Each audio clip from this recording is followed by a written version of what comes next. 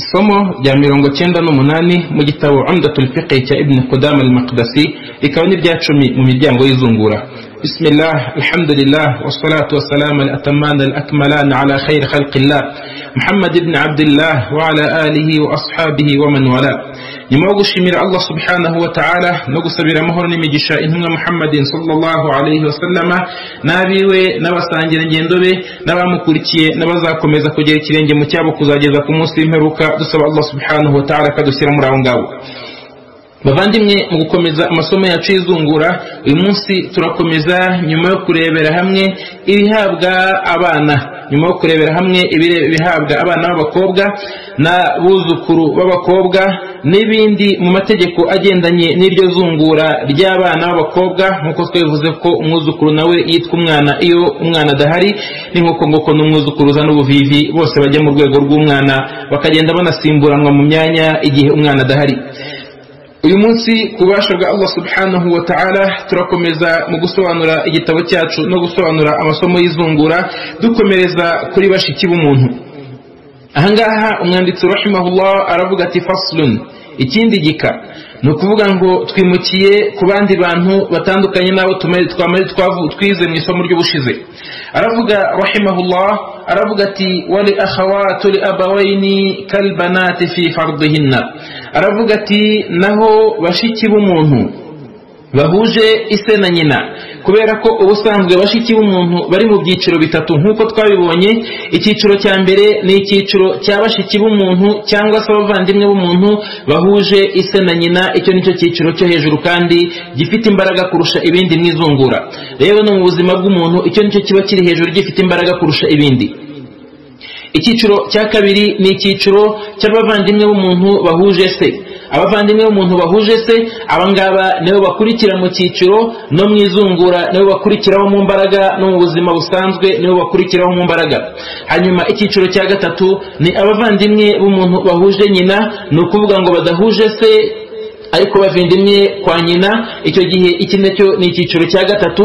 Ahangaha umwanditsi rahimahullah, cyangwa se muri uyu muryango w'izungura, twe turi buze kureba ibyiciro bibiri bya mbere, kuko ari byo byiciro bihagarariye ibindi mu buvandimwe, ari byo abashiki b'umuntu bahuje se na nyina n'abashiki b'umuntu bahuje se, kuko aribo bari buze kuvugwa ahangaha. Abo bahuje nyina tuzabareba mu muryango wabo.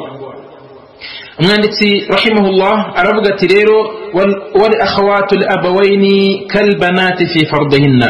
Aravuga ngo nabashiki b'umuntu bahuje se na nyina, abangaba bameze nk'abana be, bameze nk'abana mu bijyanye na ya mageno bagenewe n'amategeko y'izungura. Aha aragira gusubiza inyuma akwibutse ibyo twabonye ku bana b'abakobwa mu isomo ry'ubushize, aho twabonye ko umwana w'umukobwa abona 1/2 cy'umutungo. Twabonye ko umwana w'umukobwa abona 1/2 cy'umutungo iyo ari wenyine, hanyuma baba ari babiri kuzamura bakabona 2/3.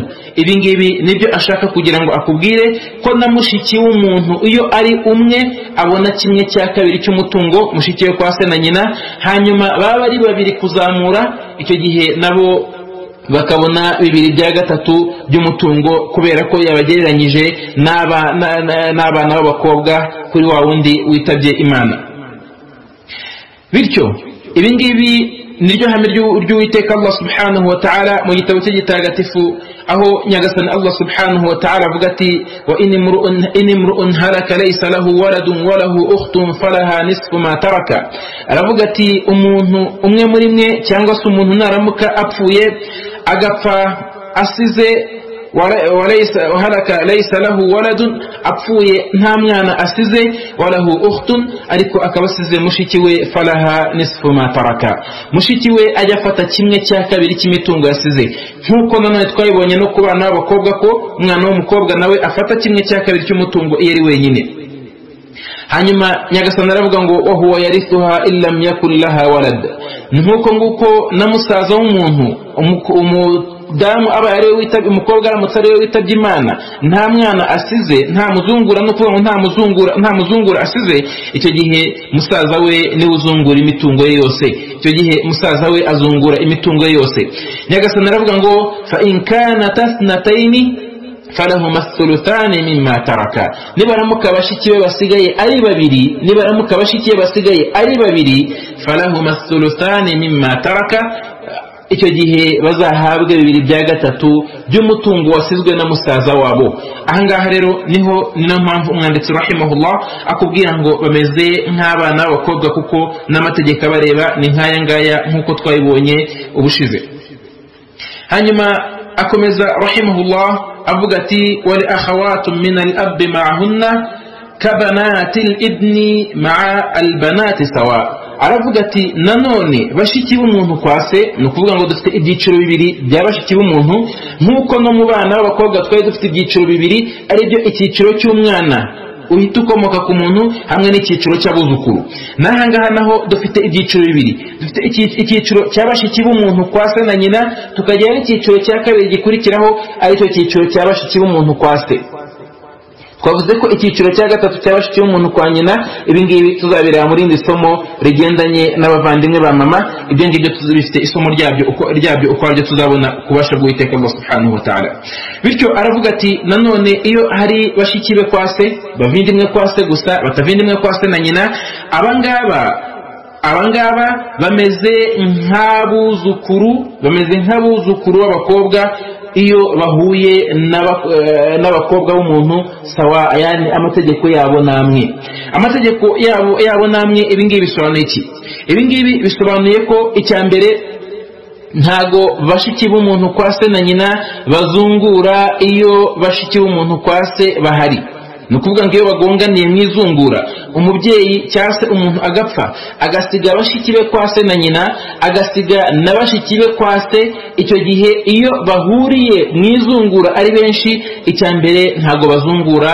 Ahangaha niho nicyarimo kuvuga ngo baba bameze kimwe. Kubera iki? Kubera ko abandi bo kwase na nyina aribo batwara rya geno ryagenewe abakobwa, hanyuma igeno ryagenewe abakobwa mu mategeko y'izungura iyo rirangiye, icyo gihe ni ukuvuga ngo nta wundi uri bwongere kuzungura. Icyo ni icya mbere. Icya kabiri bishatse kuvuga ngo iyo noneho aribo bisanze bahari, iyo aribo bisanze bahari bashiki b'umuntu kwase na nyina nta bahari, icyo gihe bashiki b'umuntu kwase nabo bahagarara muri wa mwanya wa bashiki be kwase na nyina, nanone kubera ko babandi bo hejuru ye nta bahari. Icyo ni icya kabiri. Icya gatatu cyo umuntu akuramo ahangaha kuvuga ngo bameze nkabo, nuko iyo bashiki b'umuntu kwase harimo umwe, harimo kwase na nyina, iyo bashiki b'umuntu kwase na nyina hari umwe, hanyuma akaba afite na bashiki be kwase gusa, ni ukuvuga ngo bari mu cyiciro cya kabiri. Icyo gihe nk'uko twabivuze, nuko ubuyisilamu mu izungura bwageneye abakobwa cyangwa se igitsina gore, ariko ni abakobwa na bashiki b'umuntu mu izungura bagenewe ibingana na 2/3 by'umutungo. Ibyo 2/3 by'umutungo biba bigomba kugenda ku gitsina gore muri ba bana cyangwa bashiki b'umuntu igihe umuntu yapfuye. Iyo bitari byagera, icyo gihe haba hari ibigomba kongera kujya ku bandi iyo bahari, kugira ngo bibone. Nk'urwo rugero nari mvuze, umuntu aramutse apfuye asize mushiki we kwase na nyina umwe hamwe na bashiki be kwase barenze umwe cyangwa se umwe. Kubera iki? Kubera ko uwa mbere yafashe 1/2 cy'umutungo, kandi twavuze ko umutungo wagenewe igitsina gore muri uwo muryango ari 2/3, bisobanuye ngo yameje gufata 1/2 cy'umutungo, hasigaye 1/6 kigomba kujya kuzuza cya 1/2 kugira ngo bihinduke 2/3 bingana n'umutungo wagenewe igitsina gore mu bijyanye n'izungura. Ibyo bisobanuye iki? Bisobanuye ko iyo mushiki w'umuntu kwase na nyina ari umwe, afite na bashiki be kwase bandi bari mu cyiciro cya kabiri, ni ukuvuga ngo afata cya 1/2 cye, hanyuma bo bagafata cya 1/6, yaba ari umwe muri bo cyangwa se ari benshi, aha mu byitondere, yaba ari umwe kuri bashiki be kwase afata 1/6, babaye ari na 2 cyangwa 3 cyangwa 5 cyangwa 10, nabwo bagabana cya 1/6, kubera ko n'igeno rigiye kuzuza cya 1/2 kugira ngo bihinduke 2/3. Itandukaniro ryabyo, abo hejuru baramutse ari bo babaye 2, ni ukuvuga ngo bashiki be kwase na nyina bahita batwara bya 2/3 byagenwe n'izungura ry'igitsina gore, maze babandi bo hepfo bagahita batakara, kubera ko igeno ryagenwe mu bijyanye n'izungura riba ryarangiye. aha umwanditsi rahimahullah aravuga ngo wala yu'assibuhunna illa akhuhunna, nta nundi ushobora kuza kwifatanya nabo mu gufata ibyasigaye, nta ushobora kwifatanya nabo mu gufata ibyasigaye keretse umuvandimwe wabo. Umuvandimwe wabo ninde? Ni ukuvuga ngo ni musaza wabo kwa se. Umuvandimwe wabo ni musaza wabo kwa se. Uyu nguyu iyo ahari niyo bari abo hejuru baba bafashe 2/3, hanyuma akaba afite umuvandimwe we kwa se, icyo gihe uyu nguyu ni umuhungu ari buze kwisangana n'abashiki be, hanyuma ahangaha bahite bimukira mu ijambo ry'Uwiteka Allah subhanahu wa ta'ala, aho nyagasana avuga ngo wa in kanu ikhwatan rijalan wa nisaan falidhakari mithlu hadd al-unthayayn, nibaramuka mu basigaye harimo abavandimwe b'abahungu n'abakobwa bari mu cyiciro kimwe, ahangaha bazagabane, aho umuhungu ajya afata amageni 2 ku igeno ry'umukobwa. Ni ukuvuga ngo umuhungu azafata ibikubye 2 iby'umukobwa, nanga icyo gihe bahita binjiranamo na musaza wabo, hanyuma bagafatikanya mu kuzungura ibyasigaye, nyuma yuko abafashe abanyira amageno batwaye amageno yabo aribo babandi twavuze, baba ari bashiki be 2, baba ari abavandimwe babo 2, ariko bavindimwe n'uwapfuye kwa se na nyina, cyangwa se baramutse ari n'abandi bafata andi mageno yabo, bashobora kuba atari abo ngabo akaba ari abandi. Icyo gihe imitungo isigaye bahita bayigiraho uruhare, aho bifatanya na musaza wabo. Bityo uyu nguyu niwe wenyine ufite uburenganzira bwo kwifatanya nabo muri iri zungura. Ariko aramutse ari umuvandimwe wabo, ari musaza wabo, ariko ku wundi mubyeyi, ahangaha ntago icyo gihe ntago yagira agaciro nko kuba yaba ari musaza wabo kwa se wabo. Icyo gihe ahangaha ntago agira agaciro, ahubwo agomba kuba ari mu cyiciro cyabo. Ahangaha aramutse atari mu cyiciro cyabo, nko kuba urugero yaba ari umuhungu, yaba ari umuvandimwe wabo, ariko uhuje se na nyina wapfuye, kuko turi kuri bashiki b'umuntu. Aramutse ari musaza wabo ariko uhuje se na nyina uwapfuye, icyo gihe baba batakaye kubera ko abandi bari hejuru yabo. Icyo gihe uyu nguyu ari muri buze gutwara imitungo ahagana hejuru, bo ntibaze kugerwaho kubera ko turi mu cyiciro cy'abavandimwe. Aha rero umwanditsi rahimahullah nihavuga ati wala yu'assibuhunna illa akhuhunna, nta nundi bifatanya nawe mu gutwara imitungo isigaye no kuyigabana keretse umuvandimwe wabo bari kumwe nawe mu cyiciro kimwe. Rahimahullah aravuga ati wal akhawatu ma'al banati asabatu lahunna ma fadala. Aravuga ati naho nanone al akhawatu ma'al banat, abavandimwe cyangwa se bashiki b'umuntu, ma'al banati hamwe n'abakobwa b'umuntu, asabatu lahunna ma fadala, babashiki b'umuntu nibo baza gutwara imitungo yasigaye nyuma yuko babandi bagenewe amageno baza gutwara amageno yabo mu mitungo yagenwe. Kubera iki? Kubera ko ubusanzwe hari igihe abantu bashobora kuzungura akagira ibisigara. Urugero, kugira ngo ibyo ngibyo byumvikane, urugero umuntu aramutse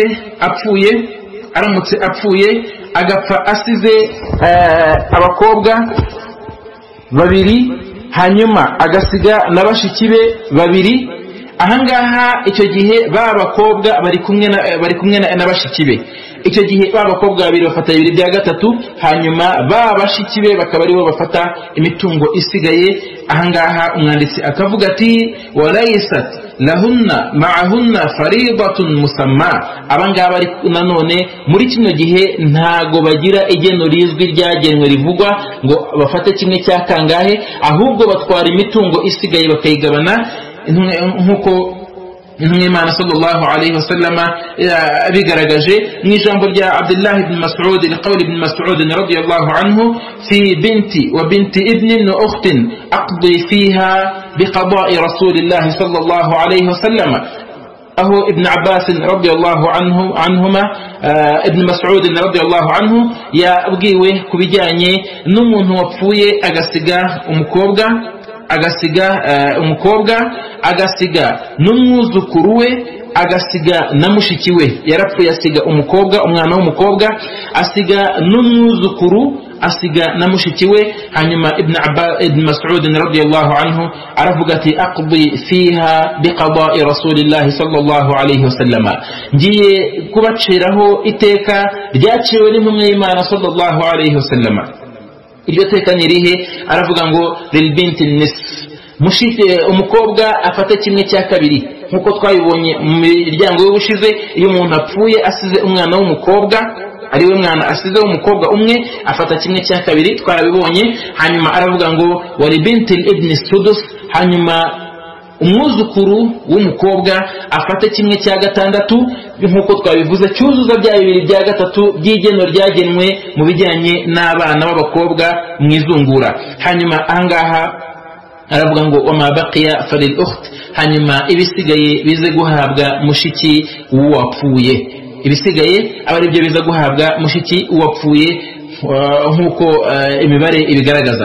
Bityo icyo gihe bimeze gutya, umwe afata kimwe cya mushiki w'umuntu, cyangwa se reka duhere icyo gihe cyita rusange kiza kuri gatandatu, aho mushiki w'umuntu kubera ko ari ufata kimwe cya gatandatu, cyita rusange kiza kuri kimwe cya gatandatu. Hanyuma umukobwa we afate kimwe cya kabiri, afate kimwe cya kabiri, ubwo umukobwa we aratwara gatatu, mushiki we atware rimwe. Hanyuma ibisigaye bijye kwa mushiki we, nabyo ari byo bingana na rimwe. Bityo icyo gihe uyu nguyu ariko ntago abitwara nka kimwe cya gatandatu, nkuko umwanditsi yavuze ngo ntago afite igeno ryavuzwe rizwi. Icyo gihe ntago twemerewe hano kuvuga ngo yatwaye kimwe cya gatandatu, oya, ahubwo turavuga ngo yatwaye ibyasigaye, kabone nubwo byabingana na kimwe cya gatandatu, kugira ngo twubahirize inyito n'imvugo z'amategeko. Kuko hari ahandi ushobora kugera wabyise kimwe cya gatandatu akaza kwishyuza kimwe cya gatandatu, kandi rimwe na rimwe hari igihe kitari buze kugeraho, biramutse bitewe n'uburyo bw'izungura, uburyo bishobora kuba byahindutse mu bijyanye n'imyubakire yo kuzungura. Bityo aya ngaya akaba ariyo mategeko arebana na bashiki b'umuntu, bashiki be kwa se na nyina, na bashiki be kwa se. Nkuko twabivuze, ibijyanye na bashiki be kwa nyina, icyo cyiciro tukazakireba turebera hamwe n'abavandimwe be kwa nyina, kubera ko abavandimwe b'umuntu kwa se na kwa nyina barangana abahungu n'abakobwa, nkuko Nyagasani Allah subhanahu wa ta'ala yabyigishije, kandi Nyagasani yabiciyemo iteka mu gitabo cye gitagatifu mu bijyanye n'izungura. Dusaba Allah subhanahu wa ta'ala ko yabishyira ku minzani yacu y'ibyiza, kandi agakomeza kudufungurira ibyiza, akatworohereza muri aya masomo, kandi akadushyira muri babandi babikora nta wundi babyereka usibye uburanga bwe. Wa akhir da'wana alhamdulillahi rabbil alamin. Subhanaka Allahumma bihamdika nashhadu an la ilaha illa anta nastaghfiruka wa natubu ilayk.